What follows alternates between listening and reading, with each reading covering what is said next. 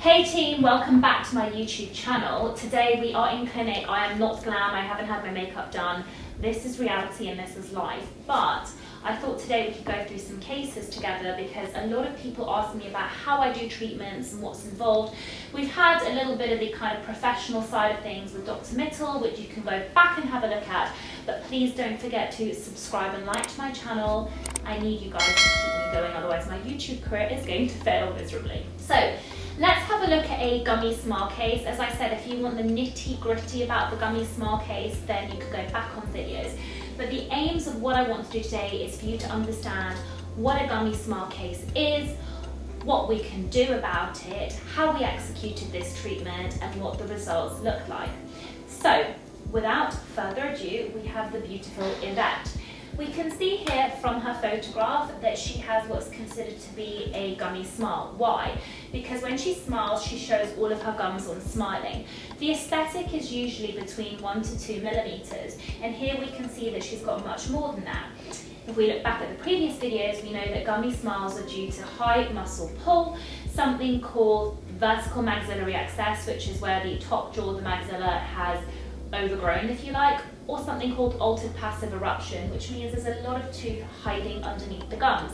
In this case with Yvette, she's got a combination of all three, but because she's got the altered passive eruption, we can see that she would benefit from having the gums taken away. Furthermore, her teeth are actually small, so the proportion of the teeth isn't 100% correct. Now, if you're somebody that has a gummy smile, for example, due to high muscle pull, but the size of your teeth are really big, we don't want to cut away gum because the teeth will look even bigger, but in this case, it's exactly right. So, I'm going to move along with the pictures so that you understand how it was executed. So the first part of the process is addressing the gummy smile issue, i.e. the excess gum. And in this case, I actually sent her to my specialist periodontist. His name is Dr. Mittel. What he did is that he decided to create a smile design, i.e. a smile template of what the teeth were going to look like after the gums had been removed. You can see that from the photo over here. Once he'd done that, the surgery was completed in about 1 to 2 hours. It's something called crown lengthening surgery where the gum is removed. And this is the after. So the before, we can see the teeth look much smaller. We can see there's more gum showing on smiling. With the after, we can see that there's less gum showing and the teeth are actually proportionately bigger in size. So after 2 to 3 months of gum healing, what happened is that Yvette comes in for the preparation of the veneers. She's given local anaesthetic and the teeth are cut down. You can see from the photo here, the teeth aren't cut down a lot, just a little bit. The one on the right hand side is cut down a lot more because there is an existing composite veneer there. So it looks a little bit more drastic, but it's not. We take various records. So the first thing that we do is after the preparation is that we take what we call an ND shade. An ND shade is the underlying tooth colour. Why? Because we need to communicate with the ceramist or the technician who makes the actual veneers how the colour of the teeth are underneath and whether he needs to mask any severe discoloration, for example. So we did that. We also take impressions, so dental impressions are something that we take to record what the teeth look like, and also different photographs. We also record the coice, which is basically just to see the proportion of the teeth to the face, and also a stick bite.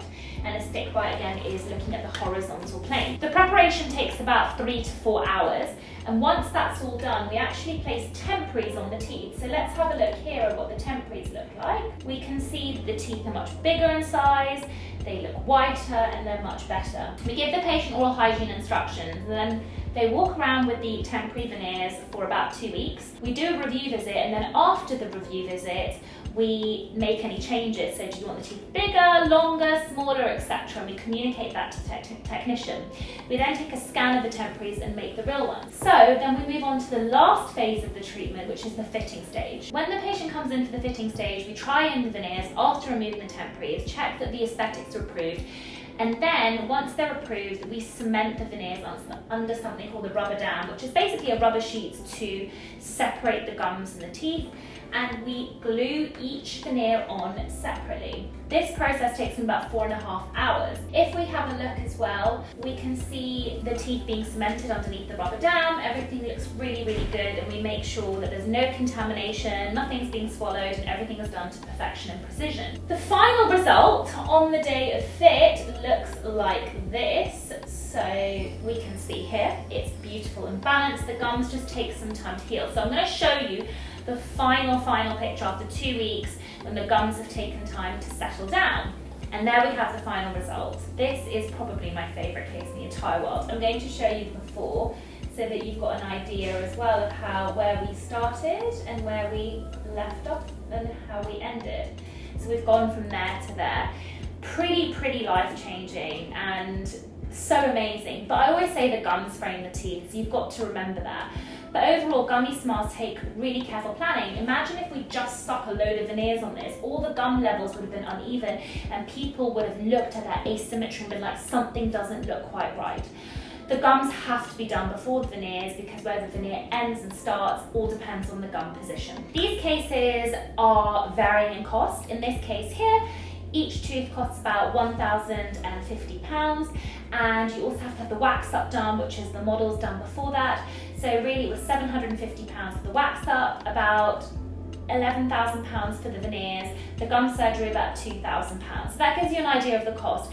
And the whole treatment took about 3 months because we wanted to wait for gum healing as well.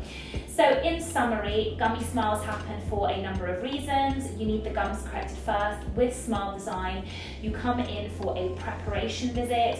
You then come in for the fit and then the review. So I hope you enjoyed the behind the scenes cases. We'll be giving you more of that so you understand how we do things here. Until next time, have a great day, guys.